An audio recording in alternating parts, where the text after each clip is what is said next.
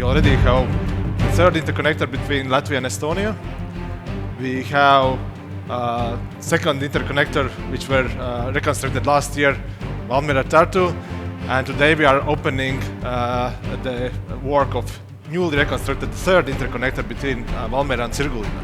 So we are standing on two legs and we have the third support point.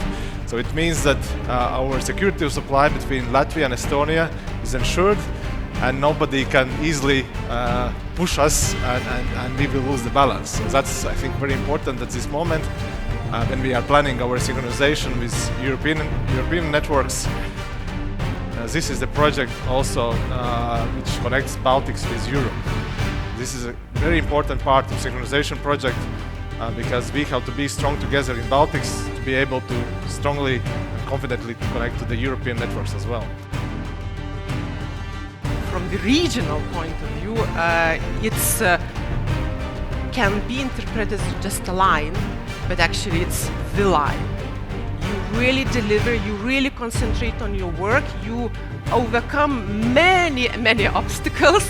And I think that everybody who has been a part of this project should acknowledge that they did not build a power line, they built something bigger. And it's hopefully going to be understood within roughly half a year what kind of change actually happens in our systems.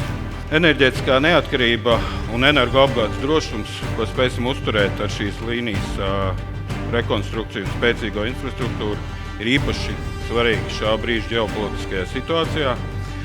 Un šī projekta ieguvumi no pārbūves viennozīmīgi kalpos tam, lai palielinātu infrastruktūras kapacitāti, uzlabotu un efektivizētu tirgus darbību visā Baltijas reģionā un arī palielinātu konkurētspēju.